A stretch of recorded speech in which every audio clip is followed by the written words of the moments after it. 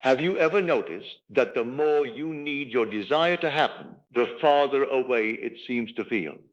Not because the desire is against you, not because you must give it up, but because you have made that desire responsible for proving who you are.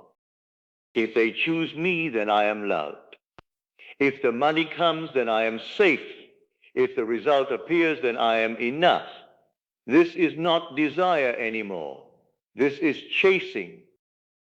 Tonight, walk with me. I will show you a simple 5-minute exercise to remove that need without giving up the desire. Look at the thing you want. It may be love, money, work, healing, approval, or an answered prayer.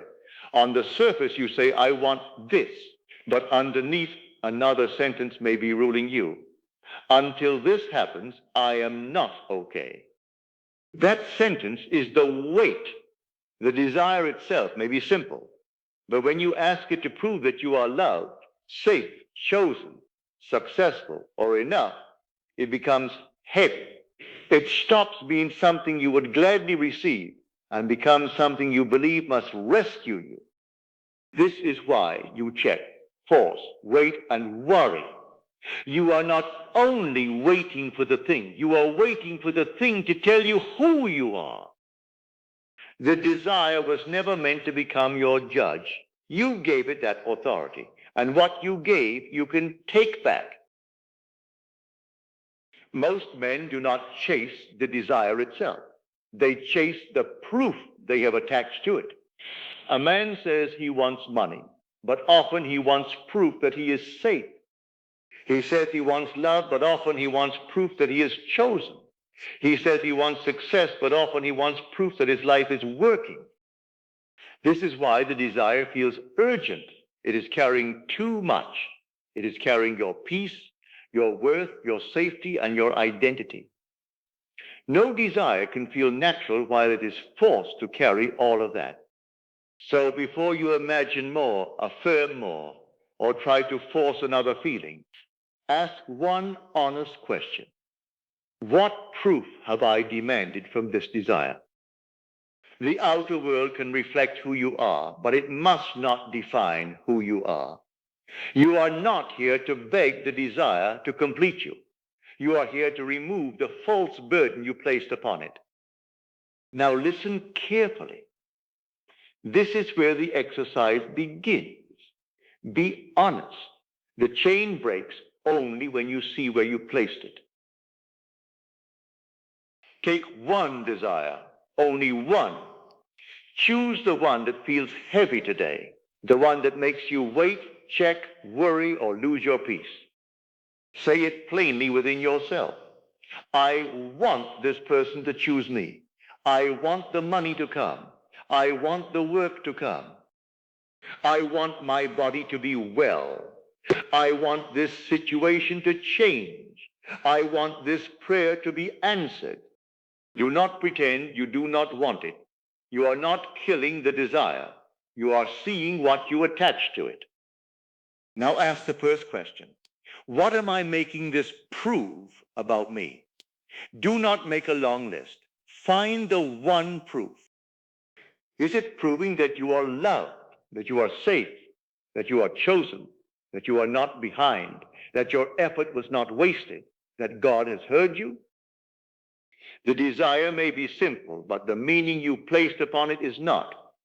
You may not only be saying, I want this. You may be saying, until this happens, I cannot feel at peace. Now ask the second question. What have I allowed this situation to say about me? Has the silence made you feel unwanted? Has the delay made you feel behind? Has the lack made you feel unsafe? Has rejection made you feel not good enough? Has the slow result made you feel that nothing is working? See it clearly. Do not fight it. Just see the meaning you accepted. Then say within yourself, this situation does not define who I am. Say it slowly. This situation does not define who I am. The silence does not define you. The delay does not define you. The money in your hand does not define you. The response of another person does not define you. The result you see today does not define you. Now ask the third question. Who would I be if I no longer needed this to prove who I am? Let the answer be simple. Perhaps you would be calmer. Perhaps you would stop checking. Perhaps you would stop begging inwardly. Perhaps you would stop making one result responsible for your peace. I still desire this, but I no longer need it to prove who I am. Say it again. I still desire this, but I no longer need it to prove who I am. You have not thrown the desire away. You have taken your identity back from it. The desire no longer has to complete you, rescue you, or tell you whether you are worthy. Now, for the next 10 minutes, do one small thing that proves you are no longer ruled by the absence. If you would normally check for proof, leave it alone.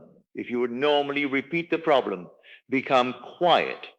If you would normally imagine the worst, refuse the picture. Then do the next simple thing before you. Walk calmly. Wash your face. Prepare your work. Sit quietly. Rest your body. This is not a trick to force the desire to come. This is the return of authority. You are no longer acting from the self who waits for the world to give him identity. Let this be clear. You are not asked to stop wanting. You are asked to stop needing the world to tell you who you are. You may want the love, but do not need love to prove you are lovable. Want the money, but do not need money to prove you are safe. You want the success, but do not need success to prove you are chosen. Want the answer, but do not let silence name you. When you remove the proof from the desire, it becomes easier to live from the end. The fulfilled self does not chase. The fulfilled self accepts. So take your desire off the altar. Let it be yours, but do not let it be your God. You still desire it, but now you are no longer incomplete without it. Now, let us go into the silence.